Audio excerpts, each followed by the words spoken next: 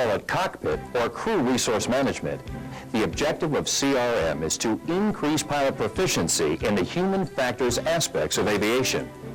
Historically, the emphasis in pilot training has been to develop technical knowledge and flying skills. The belief was that flight crews would then integrate this information and training to arrive at correct decisions during flight operations. Today, we realize that teaching technical skills isn't enough, and the aviation industry must also address the human element of flying. Skills involving effective communication, decision-making, situational awareness, and workload management must play a significant role in training pilots and flight crews. The lack of these skills has had a tremendous impact on the number of aviation accidents. It's estimated that human factors contribute significantly to approximately 80% of all commercial and general aviation accidents. An increasing emphasis on CRM training is one way the aviation community is focusing on this issue.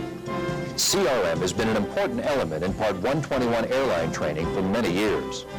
Regulatory requirements will eventually mandate all air carriers, including most Part 135 operators, to provide CRM training to flight crews. CRM programs continue to expand in corporate flight departments as well as in the general aviation environment where human factors training is being implemented. CRM principles are even being applied to support groups, such as dispatchers, aviation maintenance technicians, and ground crews. United Airlines has one of the most extensive human factors training programs in the world. The ideas and techniques, which are the foundation of this program, are applicable to all areas of aviation. And an exploration of United's methods may lead to a better understanding of CRM concepts. An approach to flight training, which incorporates CRM, and programs which are tailored to specific flight environments, may increase flight safety throughout the aviation community. The goal is to reduce the number of human factors-related accidents. United Airlines is achieving this goal through their program called CLR, Command Leadership Resource Management.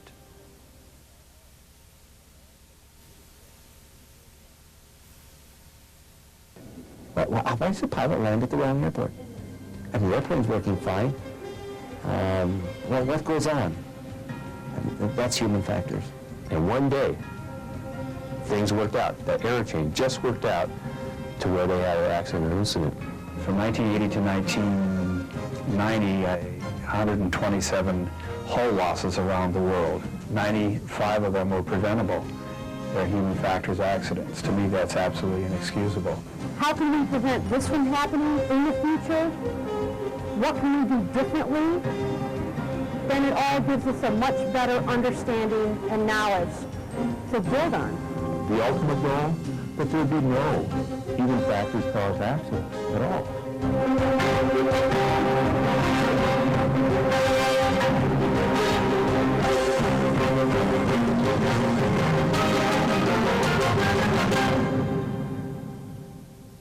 There's a lot of concern about accidents, and United's interest in crew resource management developed in the late 70s, along with the interest evidenced by the FAA and NASA, who was doing research on flight deck human factors.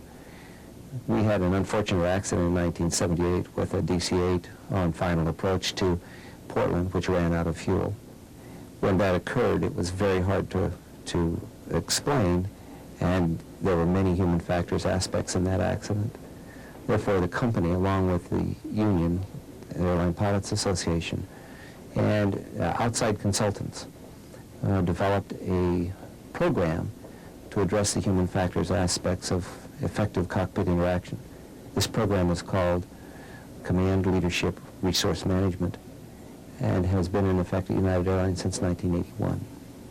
CLR exists, and we consider it important, and obviously the industry considers it important now because it addresses safety. Now, historically, we train pilots, all airlines train pilots on technical skills, mechanical skills. How well you shoot an approach was addressed with in a technical sense. And if something needed improvement, more time was given in the simulator. More instruction was given. But what was addressed was technical skills. Prioritizing your task in the cockpit, doing things in the right sequence, doing things in a more efficient manner, but always in a mechanical way. When it became obvious in 1978, and a few incidents prior to that, and I'm thinking of the Tenerife incident with two 747s colliding, and I'm thinking of United Airlines Portland incident, DC-8, running out of fuel. What became obvious was that we had technically proficient pilots, but yet, in spite of that, something failed. Something failed that created disaster. Something failed that was not safe. It was determined that the failure was a crew failure. It was a human interaction failure. It involved skills that the aviation industry had not been addressing. CLR was developed here at United Airlines with the sole goal in mind of safety. We've put considerable effort into the development of operationally relevant material for our crews. We want them to have information which will be relevant to their operation, which will be understandable, and which will be usable. We know that CLR creates two things that are important.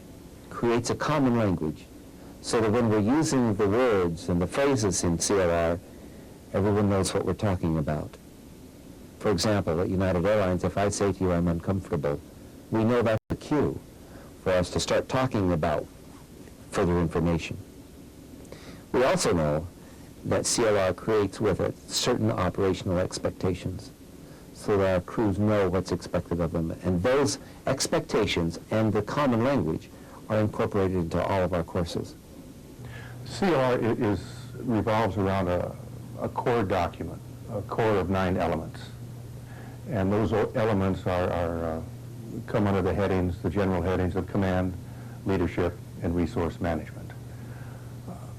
There are 3 elements under command, 3 under leadership, and 3 under resource management.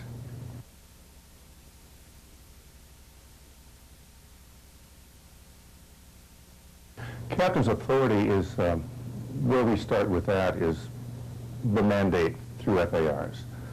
The captain, the pilot in command, is in charge of the overall safety of the flight. That includes the efficiency, how well things are done, as well as what is done. Leadership skills will change throughout a flight. Sometimes the captain needs to be possibly more controlling, absolutely decisive. And at other times, a good captain can display skills of delegating workload, delegating some authority. A good captain, a good leader is one who can oversee the whole picture and can manage well. The captain is the captain is the final authority. The captain will make the final decision, but he or she needs all the input he or she can get from the other crew members. We teach them in the CLR course to advocate, to inquire, if they're uncomfortable, to speak up about something, if they feel they have some information, to give it readily to the captain. This wasn't always the case prior to CLR. The captain's responsibility to solicit input, be sensitive to input, concerns, knowledge that other crew members may have. Perhaps are reluctant to bring it out, but to still get that information out. Some people have said that in response to the question, what is the captain's job? I said, well, the captain's job is to gather information and then act upon the information. And when I've heard people ask, what is the co-pilot's job or another crew member's job? In the same context, the answer that comes back often is, well, the co-pilot's job is to provide information. And somewhere during that discussion, the question may be asked, well, then what makes a good co-pilot? A good co-pilot would be someone who provides the right information. And the best co-pilots would be the ones who provide the right information at the right time.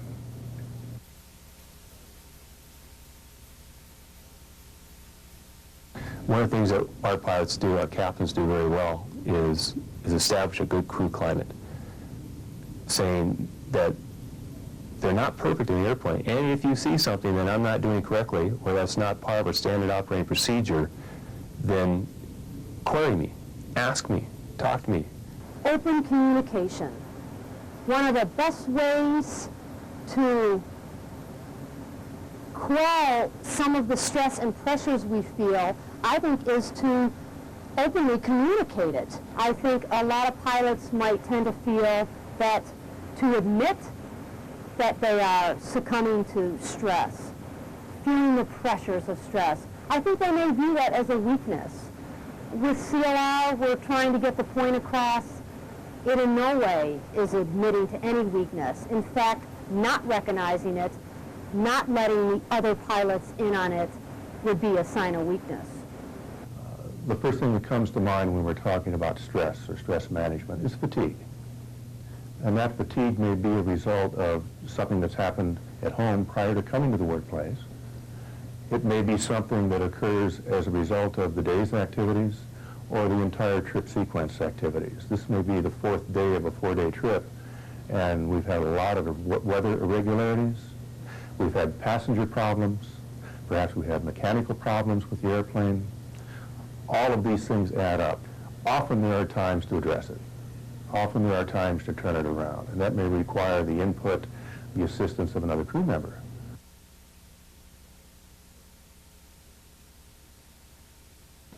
A major aspect of United's program was the development of CLR training in the loft. Loft is line-oriented flight training and is completed in the simulators. During this period, a crew member is briefed on an aspect of CLR, decision-making or communication or leadership or use of resources, something along that line. And then they fly a scenario that is line-oriented, where they fly from one city to the next in the simulator. And during this 2-hour period, they're given scenarios which will help them to practice CLR skills. At the conclusion of the simulator session, there is then an opportunity to view this videotaped session and discuss and critique what happened and learn the lessons as they see their own performance in the cockpit. To teach the tools utilized in CLR, we specifically start academically by defining skills that we see, observable skills in CLR, and then showing videos and such, and we debrief the videos. We have the students debrief the videos and see what they see, and see it as an observable behavior, a physical behavior that can be recognized. After that, they go to the 3-day seminar, and during the seminar, they interact with each other and set up in a cockpit environment with scenarios. They practice these skills. In the seminar, we take advantage of situations that have truly happened out on the line experience. We take it from line pilots, and by that I mean people that are flying day to day, A to B, and they send in certain situations, and we recreate them as we dramatize them sometimes in videos. We put them down on paper and give them to the different students, and then we ask them to identify certain styles of operation in these particular situations. And actually we ask them to play parts in certain cockpit experiments, and asking them to play the role of a particular style of operation, and then maybe we'll have one of the people in the cockpit, we'll ask them to do what they would normally do without playing a role, and to solve or fix this particular situation, and we've taken the situations from the line.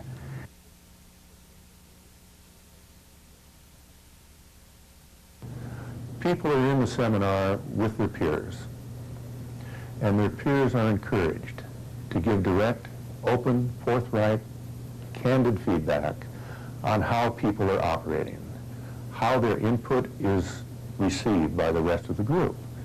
And often we don't see ourselves accurately. We don't picture ourselves operating as other people see us operating. The mirror we hold up to ourselves is not accurate. But when we get input from other people as to how we're coming across, that increased level of awareness, now we see how we're really impacting flight operations, impacting what goes on in the cockpit. Some of the barriers to effective communication may come from the feeling that what you have to say, what you know, might not be correct. People are scared to speak up for fear they will look bad. We find that with some new hires, and actually not just new hires, people when they're new on an airplane. You're now sitting next to a captain who has more experience than you on that piece of equipment. People tend to be reluctant to speak up for fear that they will look stupid. People need to get over that fear and to understand they're fairly qualified and trained on the piece of equipment, and that their input is vitally important. In our advanced airplanes with our glass cockpits, it's a two-sided benefit and problem. The benefit is you have a lot of information, a lot of good information. The hard part is prioritizing that information and seeing what's relevant. The hard part about that is communication has to increase between the pilots, because oftentimes, and as example would be the A320, since it's fly-by-wire, when they control a stick, when the first officer moves a stick, the captain cannot feel it. And then you have to tell the other pilot, since he doesn't know you're making a left-hand turn, if he doesn't think it's appropriate, he may think it's the airplane doing it by itself. It's the automated systems. And so you say, well, I'm turning left, clear left, or whatever it may be. So the communication skills have to increase drastically.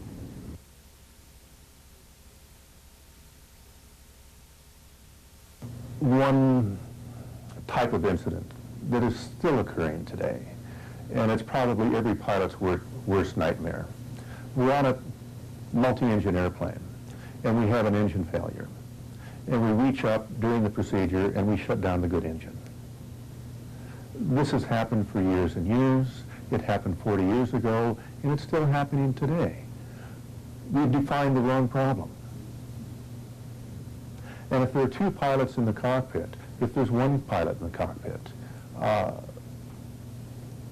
defining the problem and defining it accurately is essential in solving the problem. One of the keys, I think, to problem definition when we speak about recognizing the problem, we need to recognize correctly what the problem is. And at times, people have assessed the situation and thought the problem was something else than it wasn't. I think a way to alleviate that is to make sure that all crew members aren't all focused on the one thing. That's how come when we deal with problems and emergencies, someone is always flying the airplane. Someone always is. The other person is concentrating on the problem. Well, you don't want all the crew members concentrating on one thing, because then who is overseeing the entire picture? Someone needs to step back and continually watch the whole picture. When a problem exists, you need to take it as a single event or a far-reaching event. If you take it as a single event, the problem is that it may affect something else which you don't want to occur. So when you look at a problem, you define it. You take, if there's an immediate action, a fire or such, you take care of the problem immediately, so it doesn't do undue jeopardy to the airplane. And then after that, you discuss it and find how does this affect me in landing safely, and where should we be going to land at this point.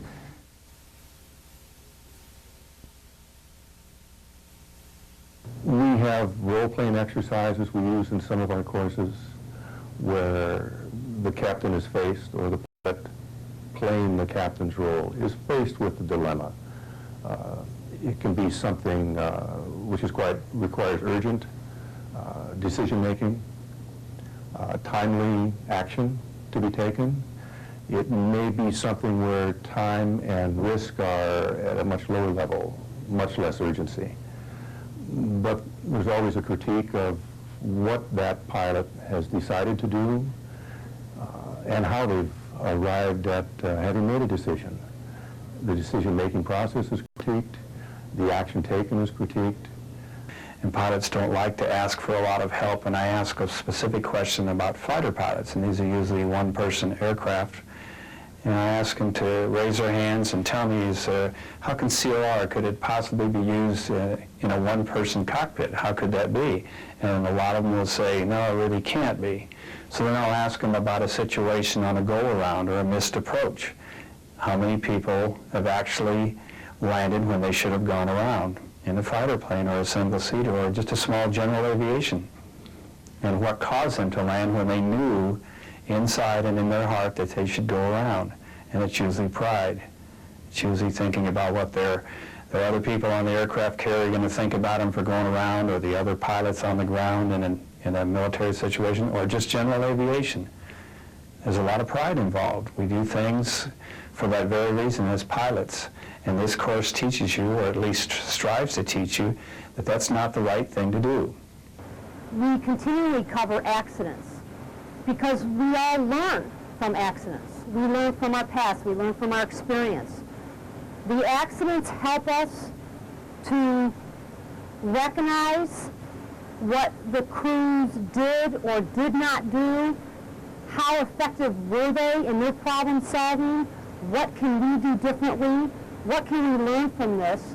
In most accidents, the accident has not been caused by a single event. It's caused by a series of events. One example of a single event incident was United's Flight 232 in Sioux City, the DC-10, had a single catastrophic failure. Contrast that to another incident where there may have been a very subtle failure that had gone unnoticed. But there were other clues that something was wrong, and the crew didn't pick up on those clues or didn't investigate them deeply enough to identify what had failed. And then something else happens. And it may not happen on the airplane. It may be a weather problem to where we're now shooting an approach in marginal weather. But the component that failed on the airplane and had gone unnoticed by the crew was a component, an instrument, a system, something that you would really like to have working for you in a low visibility approach. So now you're shooting the approach or beginning to shoot the approach and something else goes wrong. And nothing else has been addressed along the way. It may turn out that having addressed any one of those little links in the air chain would have prevented the incident or accident from having occurred.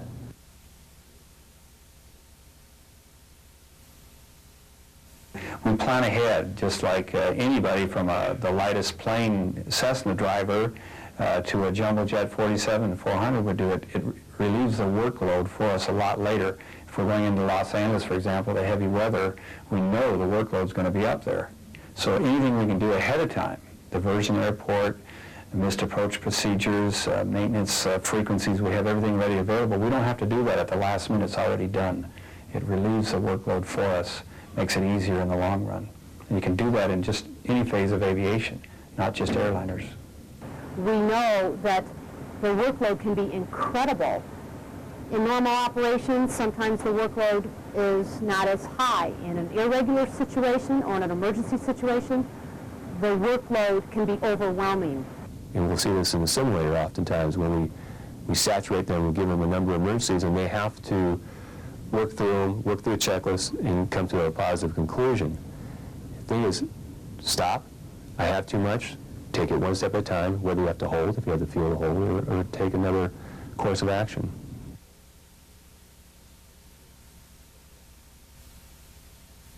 I think situational awareness not only covers where the airplane is physically in space, I think situational awareness covers where we are as pilots in our duties in the cockpit, this task that we're trying to achieve from point A to B safely. We tend to focus on things. We tend to narrow our focus. We tend to mishear or not hear items.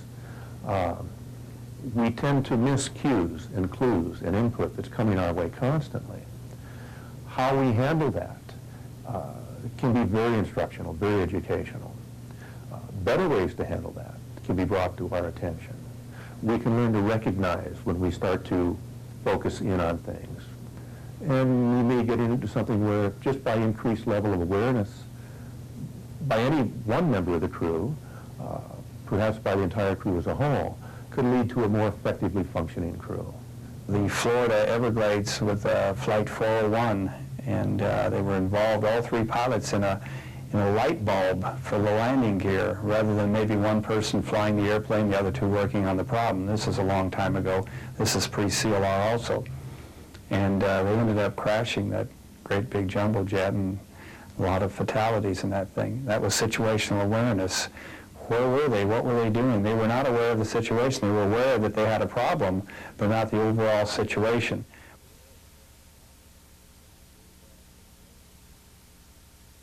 Resource management means getting all the relevant information available to you, both from inside the cockpit and outside the cockpit. We teach the pilots to use their resources on a daily A to B situation where there's not really any problems. For example, a flight from Paris to Los Angeles, we are constantly updating our alternate weather, our winds ahead of time, pilot reports from aircraft that are ahead of us. We have special frequencies that we use. We can talk to our dispatch to check weather, to check just about anything we need to check along the route. I was just listening to a training tape about, it was a general aviation pilot somewhere in the Northeast who was not instrument rated, was in the clouds, completely disoriented. If the pilot had used no resources, had never keyed the mic, had never made his problem known, had never used any other resources, probably would have crashed. The airplane would have been destroyed, lives would have been lost. But there was a tremendous amount of assistance that was given by not only ATC, but another commercial airline. There was a Delta flight crew that was also giving basically flight instruction to this individual. Keep the nose up, pull back on the power, asking this individual questions such as, what is your airspeed right now? The pilot had no visual reference. If these other resources had not been used, the results very likely would have been disastrous. The pilot landed safely, airplane was not scratched, and nobody was hurt. I think there was a good outcome to this incident because of very effective use of resources. The number of resources to be used should always be addressed academically, first of all. What are your resources? You need to be made aware of that these are possible resources. Then oftentimes, the first thing we will do is show a video of Flight 232, which is a crash in Sioux City, Iowa, and we ask, well, what resources did they use? And they go through air traffic control, they use individuals, they use their manuals, they use emergency